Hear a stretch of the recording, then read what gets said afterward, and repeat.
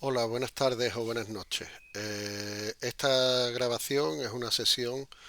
de las jornadas de salvamento de la Universidad de Cádiz, del Departamento de Derecho Mercantil. Le doy las gracias al profesor Miguel Ángel Pendón, a Paula Sáez y a todos los que han participado de la misma. Para mí es un placer poder colaborar con el Departamento de Derecho Mercantil y con la Facultad de Náutica en el desarrollo de esta actividad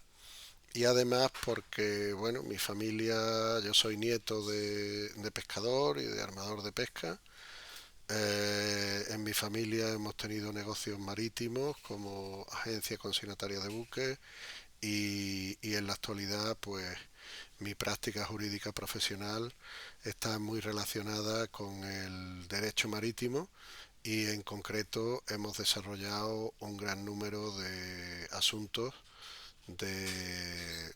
relativos a esta institución jurídica del salvamento que bajo mi punto de vista es una institución muy interesante. A partir de ese momento voy a tratar de prometer a los alumnos de no hablar de ninguna norma. No estoy familiarizado con el formato sobre la grabación de la totalidad de una sesión y ante cualquier problema o falta de agilidad, pues ruego primero que me disculpen porque no estoy acostumbrado. En principio, darle las gracias a todas las personas que forman parte de los equipos de salvamento en España, tanto de SASEMAR, de la Sociedad Estatal de Salvamento Marítimo, como de todas aquellas compañías privadas de remolcadores de puertos, de remolcadores de altura y de aquellos buques o prácticos y sus tripulaciones que en un momento determinado tienen que arriesgar su vida, arriesgar sus medios para tratar de salvar la vida, para tratar de salvar los bienes y para tratar de preservar el medio ambiente. Se trata de una institución, como digo, muy interesante, en la que además se bordean normas y principios jurídicos de derecho público con otros principios jurídicos de derecho eminentemente privado. Estamos hablando de la categoría de salvamento, el auxilio en la mar, el remolque especial, remolque sin máquina. Estamos hablando de una serie de puntos que además tienen especial trascendencia en función de las distintas vicisitudes que se den en cada una de las averías o de las necesidades que surjan y que después deberán ser calificadas de una forma muy especial por parte de nuestros juzgados marítimos y sobre todo del Tribunal Marítimo Central. Mm, Hay que recordar también que a pesar de la disposición de la ley de navegación marítima, a día de hoy no se ha llegado a desarrollar la disposición transitoria que determinaba la pérdida o el mantenimiento de la competencia de hallazgo y salvamento por parte del Ministerio de Defensa, en concreto por parte de los juzgados marítimos permanentes y el Tribunal Marítimo Central, y son los letrados de la Marina, el juzgado marítimo permanente de cada una de las demarcaciones en que se divide la costa del territorio nacional, los que disponen de esa competencia. En nuestra práctica hemos de decir que los jueces marítimos permanentes son personas altamente cualificadas, con disposición plena y absoluta y que días tan complejos como en uno de los asuntos que vamos a indicar, que además ya ha desaparecido la compañía y tenemos expreso permiso para poder hacerlo por parte de los armadores, pues se han producido 23 de diciembre, 22 de diciembre, levantamientos de las órdenes de detención el día 31 de diciembre y en todo caso insisto, el personal del Ministerio de Defensa, los juzgados marítimos permanentes y el Tribunal Marítimo Central disponen de un amplio conocimiento de la legislación marítima y están absolutamente a disposición de las partes para poder efectuar con la mayor agilidad posible, sobre todo los levantamientos de las detenciones, en aras al gran interés económico en el que nos encontramos. También agradecer a todas las dotaciones de SASEMAR por su profesionalidad, tanto desde el punto de vista humano como técnico, y sobre todo durante estos 3 años, estos 2 años fundamentalmente de la pandemia, y la labor humanitaria que desarrollan y que no vamos a referirnos en este capítulo, en esta sesión, respecto a la entrada de inmigración masiva, inmigración ilegal en muchos casos, y que SASEMAR en zonas tan calientes como el Estrecho o Canarias pues realiza una función junto a las patrulleras de la Guardia Civil de una forma absolutamente loable y en muchos casos llegando más allá de su prestación laboral o de su prestación profesional. Bueno, en principio nos vamos a referir a 3, 4 casos, dependiendo del tiempo que tengamos, en los que se preservan la vida humana, el medio ambiente y también, cómo no decirlo, los bienes,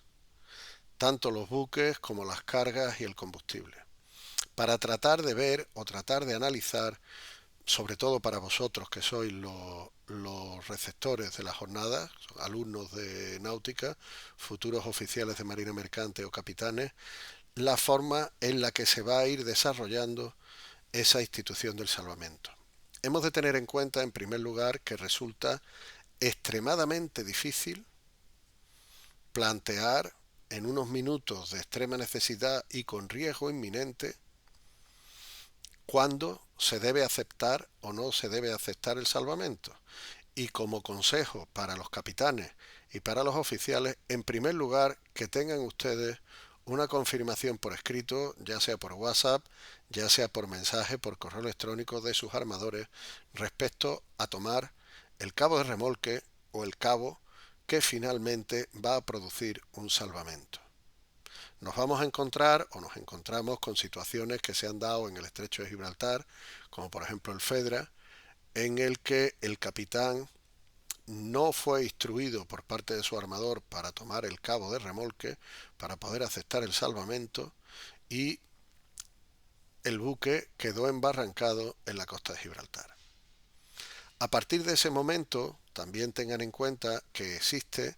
una orden del Ministerio de Fomento que permite a los capitanes marítimos poder dar una orden forzosa para que se tome el cabo de remolque o el cabo para efectuar la operación de remolque, y después ya veremos también qué consideración tiene cuando se realiza una orden forzosa por parte de la autoridad para que se admita o no se admita la institución del salvamento. En primer lugar, hay que ver dos elementos fundamentales. Para la preservación de la vida humana o para los bienes, medio ambiente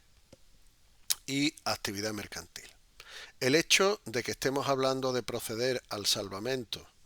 de la vida humana, a realizar una asistencia, por ejemplo, un asunto que llevamos en nuestro despacho,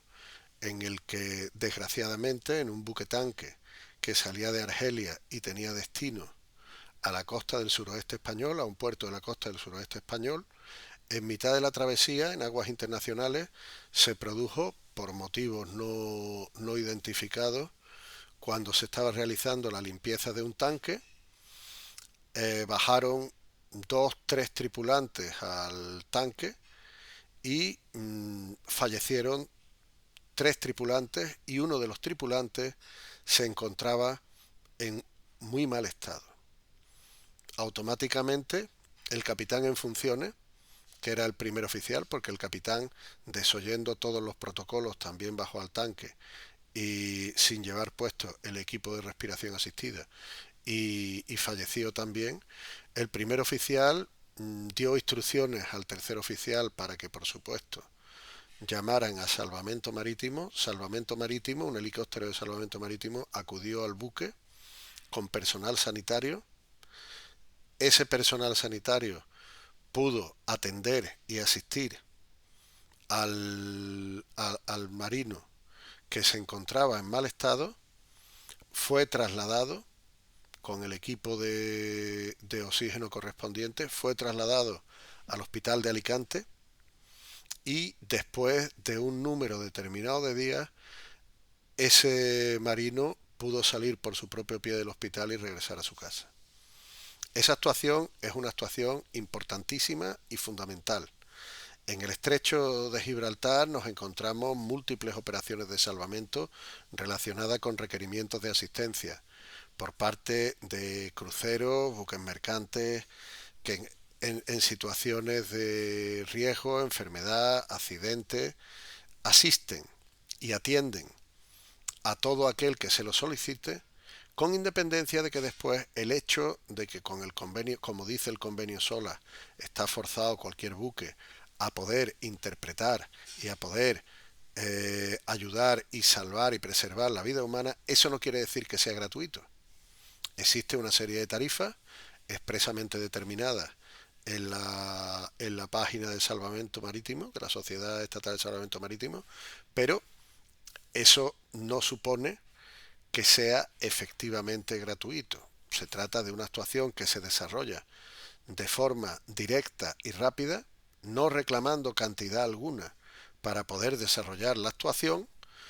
y del mismo modo que no se reclama cantidad alguna para poder desarrollar la actuación, también nos encontramos con que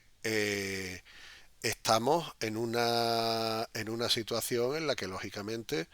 los seguros de P&I son los seguros que garantizan y cubren ese tipo de contingencias, y después la Sociedad de Salvamento Marítimo les remite una prestación del servicio que nos parece a todo punto razonable. ¿Por qué? Pues porque eso va a ayudar, ese precio, esa tarifa, va a ayudar al mantenimiento, a la satisfacción de salarios, mantenimiento de equipos, tanto de equipos aéreos como de embarcaciones marítimas, que hace que dispongamos de un servicio de salvamento marítimo muy importante. Tened en cuenta que tenemos en torno a los 8.000 metros de costa y estamos hablando de la zona SAR atribuida a España, que tenemos una gran zona alrededor de Canarias, tenemos parte de la mayor parte del estrecho de Gibraltar, la mayor parte del sur mediterráneo y una parte importante en la zona gallega, en la prolongación de la costa gallega y asturiana. Estamos hablando de cerca de 1,5 millones de kilómetros cuadrados de zona SAR atribuido al Reino de España. Con esto, ¿qué quiero decir? Tenemos asuntos en los que hemos intervenido tan dispares como un marino, un jefe de máquina que se tiró al mar y que fue rescatado por una embarcación de salvamento marítimo y se pudo determinar que necesitaba tratamiento de salud mental, y gracias a esa intervención de salvamento marítimo alertado por una embarcación de pesca del Borá en Tarifa, pues pudo salvarse la vida de este marino. A partir de ese momento vamos a analizar estos supuestos que, como hemos querido aclarar, si no son gratuitos, si se cobra un servicio. Ahora, por ejemplo, en las embarcaciones deportivas, en la zona del estrecho, cuando se pasa el estrecho, se están produciendo importantes ataques de orcas a yates, a embarcaciones de náutica deportiva, y también está interviniendo salvamento marítimo de una forma absolutamente profesional y tratando de evitar, tengamos en cuenta, riesgos y pánicos para tripulaciones, como son tripulaciones de embarcaciones de recreo, que en muchas ocasiones no son profesionales y que no están acostumbrados a ese tipo de incidentes marítimos. Bueno, a partir de ese momento vamos a analizar cuatro o 5 casos que tenemos respecto a la institución del salvamento. En primer lugar, hemos de indicar qué es un salvamento. El salvamento supone una acción en la que los distintos involucrados, ya sea el buque asistido y el buque asistente o los buques asistentes, tienen que tener una situación de peligro. Ese peligro, como dice la jurisprudencia, es un peligro real, cierto e inminente. Inminente quiere decir inmediato. Y además, ese peligro real, cierto e inmediato debe estar soportado también por la climatología. No es igual que se produzca un supuesto, por ejemplo, de una pérdida de una máquina, cuando estamos hablando con una mar plana, una mar en calma, de día, y en una zona en la que no tenemos buques alrededor ni costa alrededor, a cuando nos encontramos con vientos negativos, con mar muy gruesa y muy cercano a otros buques o muy cercano a la costa. Eso es un elemento clave que debemos tener en cuenta. Dentro de la tipología del salvamento, que además no aparece en la normativa internacional, Convenio Internacional sobre Salvamento, pero sí en la antigua ley española de salvamento y sus reglamentos, y además en la jurisprudencia, que como hemos dicho, los juzgados marítimos permanentes son órganos administrativos dependientes del Ministerio de Defensa,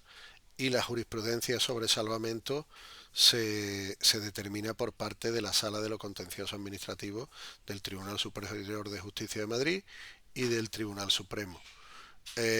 Esa línea jurisprudencial nos va a determinar la intervención de salvamento marítimo en distintos casos. Uno de ellos, que además es un caso interesante, porque además es un caso que no es de los más habituales, es el caso que tuvo lugar hace unos años en el Atlántico Sur, de un buque cargado de un buque granelero cargado de fertilizantes, nitrato de amonio, que autocombustió. Iba a dirigirse al puerto de Las Palmas y en un momento determinado, sobre uno de los tanques se vio un incremento importantísimo de la temperatura y empezó a combustir. Empezó a arder durante un gran número de días, y esa situación supuso que las autoridades marítimas españolas, por supuesto, acudieran y realizaran, coordinando con el Ministerio de Fomento, todas las operaciones. En concreto, Salvamento Marítimo fue quien desarrolló todas esas actividades, negando el acceso al puerto de Las Palmas, manteniéndose justo en el límite de las aguas territoriales españolas circundantes a las Islas Canarias, pero desarrollando y teniendo en todo momento control sobre la situación para la protección del medio ambiente marino y para la protección también de la vida humana. Se permitió el rescate de los tripulantes, se permitió la entrada de personal en el buque, y se desarrolló una actividad importante durante un gran número de días, coordinándolo con los salvadores con los salvadores del buque. En este caso, SACEMAR desarrolló funciones soberanas del control de la zona SAR para tratar de proteger el medio ambiente y la vida humana, pero no actuó como salvador. Como salvador quiere decir que mediante sus embarcaciones y mediante sus medios técnicos y humanos no se desarrolló el traslado del buque. Ese traslado del buque se desarrolló por parte de remolcadores de empresas privadas, en este caso Resolve Internacional, que fue la compañía que nos nominó, y se nos designó para poder actuar en nombre de esa compañía en las distintas relaciones con la administración española. De hecho, el buque, cuando ya cesó la situación de riesgo y peligro, se intentó ubicar el buque en alguno de los puertos de Andalucía Occidental y no había puerto idóneo hasta que se tuvo que llegar al puesto de Motril. Con posterioridad, Salvamento Marítimo remitió su factura por prestación de servicio y ahí nos encontramos una discusión interesante, primero respecto a quién tenía que ser la compañía que abonara esos gastos, si eran los salvadores o debía ser directamente la compañía aseguradora de los armadores, y por otra parte también si esos gastos eran unos gastos que debían ser imputables a los armadores en tanto en cuanto eran unos gastos producidos por el ejercicio de soberanía española dentro de la zona SAR, dentro de la zona atribuida al Reino de España, como hemos dicho antes, pero en ningún momento los medios aéreos y los medios marítimos se utilizaron para salvar el buque, la carga o el combustible. Y eso es importante matizarlo porque al ser una sociedad estatal, pues también es preciso poder tenerlo en cuenta. A partir de ahí vamos a ver la situación de los distintos casos que se pueden dar dentro del salvamento. Y en el caso particular mío, al ser profesor de Derecho Internacional Público, voy a introducir dos asuntos interesantes respecto a casos de salvamento que se han producido en aguas internacionales, como hemos visto. Por ejemplo, el caso que os he comentado antes del buque tanque en el que se salva la vida de un marino. Ese caso, el accidente no se llevó en tribunales españoles porque los tribunales españoles se declararon incompetentes debido a que se había producido en aguas internacionales y el pabellón del buque no era pabellón español ni había ningún interés español en cuestión. El armador no era español, el manager tampoco, la carga tampoco y el titular de la carga tampoco. En ese caso, pues estábamos fuera. Hay un supuesto de un buque carguero que estaba cargado de mineral bauxita y que el día 24 de diciembre a la 1 de la mañana, estando en aguas territoriales marroquíes, pues pierde la máquina, se produce un blockout y pierde la máquina. Nos encontramos entonces con un buque que se encuentra a la deriva o haciendo drifting, como diríais vosotros, desde las 2:10 de la mañana pasa aguas territoriales marroquíes y no se hace firme el cabo hasta cerca de 6 horas después. Nos encontramos con unos medios o unas condiciones meteorológicas, que es otra de las cosas otro de los elementos que tenemos que valorar siempre cuando se produce un salvamento o no. Y en este caso, la meteorología era una meteorología razonable. De hecho, como se planteó por parte de las alegaciones que nuestro despacho realizó en nombre del armador, si se habían tardado más de 5 horas en plantear la posibilidad de tomar el remolque o no, porque hay que tener en cuenta que al ser aguas no territoriales españolas, el Centro de Control de Tarifa Tráfico tuvo que hablar con el Centro de Control Nacional de Sasemar y ese centro de control tuvo que pedir permiso a las autoridades marroquíes, estando el buque cerca el buque de Sasemar, que era el Luz del Mar, muy cerca del buque asistido, para poder prestar ese servicio. Y hasta que no se le concedió, autorización por parte de las autoridades marroquíes, insistimos, más de 5 horas después y estando a 0,75 millas náuticas de la costa de Marruecos, se le da permiso para que se tome el remolque y se haga firme el remolque. En ningún momento dentro de la transcripción de tarifa tráfico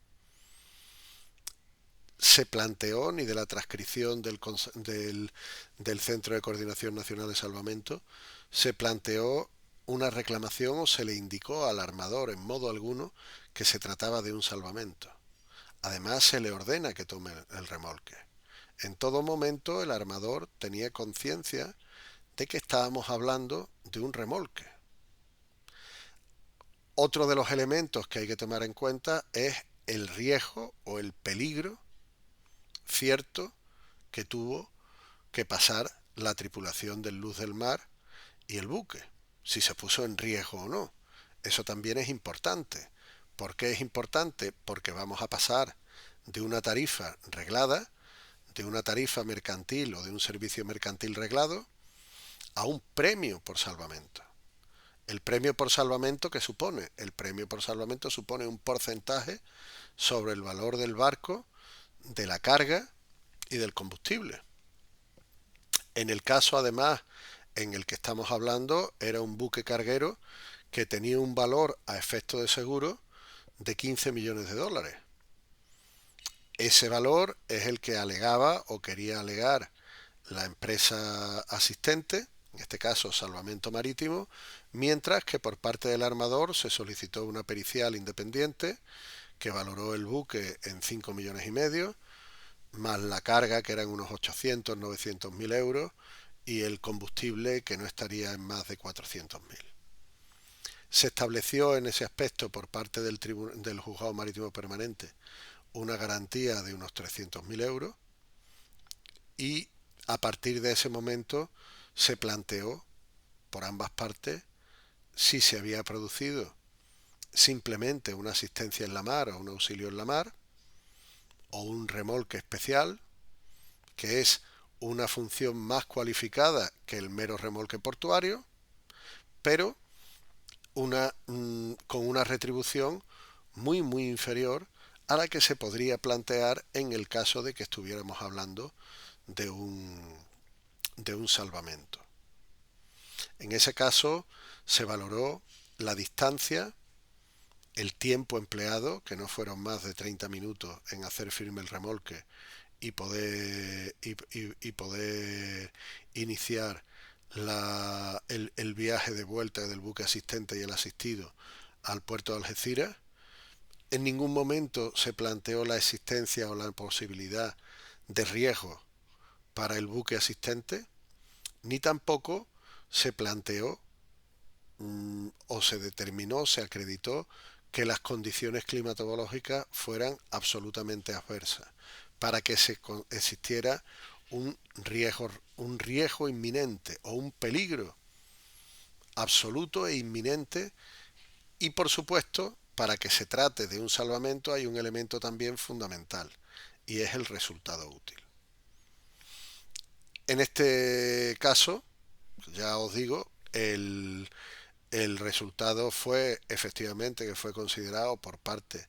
del Tribunal Marítimo Central como un salvamento, pero curiosamente el importe al que fue condenado fue muy inferior al importe determinado por parte de los representantes del buque asistido, que creo recordar que estaban entre 750.000 euros si estábamos hablando de salvamento o 450 si estamos hablando de auxilio en la mar. Realmente se bajó esa cantidad de una forma importante. También hay que decir que a nivel internacional nos encontramos con que en muchas ocasiones se cuestiona el Tribunal Marítimo Central porque forma parte del tribunal representantes del Ministerio de Fomento. Y hemos de tener en cuenta que la Sociedad de Salvamento Marítimo también pertenece al Ministerio de Fomento. No obstante, en nuestra práctica y en casos como el que os he dicho antes del buque que ha sido asistido en aguas cercanas a Tánger ya os digo, a 0,50 millas náuticas de la costa marroquí, los abogados ingleses y los abogados del seguro Casco y Máquina confirmaron que se trataba de una resolución muy, muy, muy ajustada y que en ningún momento se podría haber obtenido una resolución mejor basada en derecho en los tribunales británicos, que para los que hayáis trabajado con letrados ingleses quiere decir mucho. En el mismo sentido, tenemos otros dos asuntos que serían también bastante interesantes porque eran asuntos de dos gabarras de suministro de combustible que el día 22 de diciembre, que era el día de la lotería de Navidad, que yo tengo costumbre de pasar el día con un par de amigos y comer con unos amigos, tuve que suspender esa costumbre porque había dos gabarras de suministro de combustible en todas las televisiones y en todos los telediarios nacionales. Una de ellas en concreto muy muy muy pegada a la costa del municipio de la Línea de Concepción. Esos dos buques prestaban suministro de combustible en el puerto de Gibraltar, estaban en fondeo y debido al mal tiempo reinante garrearon los buques y acabaron en aguas españolas, uno de ellos posado, según manifestábamos nosotros, en la arena, sin tener ningún tipo de problema respecto al posible daño causado. En este caso fueron los prácticos y los remolcadores con las compañías, con los remolcadores de puerto, no intervino en ese caso Sasemar, con los remolcadores de puerto, los que dieron asistencia. Se planteó salvamento tanto por los prácticos, la tripulación de los prácticos, como por los remolcadores. Y en el mismo sentido se realizó una maniobra con una de las lanchas de prácticos que probablemente no fue la más adecuada y que tuvo incluso una situación de daño de uno de los motores de la embarcación de prácticos. En ese caso nos encontramos, y habéis siempre de tenerlo presente, primero, que se trataba de una compañía de remolcadores de puerto, que en ningún momento se le indicó a los capitanes del buque que fuera un salvamento. Se le dio el cabo como cabo de remolque. Y además, en este caso, el capitán marítimo de Algeciras ordenó a ambos buques que tomaran el remolque. Respecto a la valoración, volvemos otra vez a las valoraciones iniciales. Hay una valoración, y os lo digo como consejo, la valoración del seguro de casco y máquina o del seguro de P&I, fundamentalmente el de casco y máquina, es una valoración meramente a efecto de seguro. El buque, dentro de la situación económica en la que se desenvuelva, puede tener mayor valor, menor valor. Ahora, por ejemplo, durante la época del COVID, los buques tanques han tenido un valor muy importante, han subido de precio porque no se consumía combustible y se almacenaba el combustible en buques, en grandes petroleros. Otras ocasiones los bulk carriers bajan mucho de precio, entonces tenemos que tener una situación oscilante en el mercado y que lo mejor siempre es establecer una valoración ad hoc, sobre todo de cara a plantear un valor real si es que el Tribunal Marítimo Permanente, si es que el Juzgado Marítimo no remite a la Capitanía Marítima habitualmente para establecer un valor del buque. Ese valor del buque es fundamental. Es fundamental también, como os insisto, el lugar donde se desarrolla el salvamento. Si estamos hablando de aguas de servicio del puerto,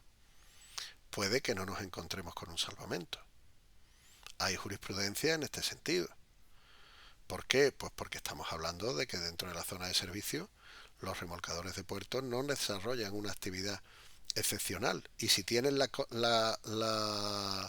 adjudicación del servicio, si el servicio está adjudicado y son la única compañía que presta el servicio, pues realmente no tienen por qué producirse esa posición. También tenemos que ver cuál es la posición o el planteamiento de cada uno. Oiga usted, por mucho que usted haya desarrollado una determinada maniobra referido a la actuación de los prácticos, por ejemplo, esa maniobra es útil, no es útil. Podía haberse obtenido el mismo resultado sin tener esa sanción. En concreto, en este caso que estamos planteando, las condiciones meteorológicas no fueron buenas, eran malas condiciones meteorológicas, pero a la vista de las circunstancias y a la vista de lo establecido, efectivamente había un resultado útil, pero el peligro no era un peligro tan importante y tan inminente, y por ello el Tribunal Marítimo Central lo consideró como un auxilio en la mar. Un auxilio en la mar o un remolque especial que consiste en que efectivamente se tiene que efectuar un premio porque es una actividad marítima que excede del mero remolque tarifado, del mero remolque sin máquina, pero ese mero remolque sin máquina nos encontramos con que, lógicamente, su retribución no puede ser una retribución fundamentalmente en torno a un porcentaje sobre buque, precio y carga. A partir de ese momento, recuerdo que en el caso de estos dos buques se planteaba una retribución que no superaba los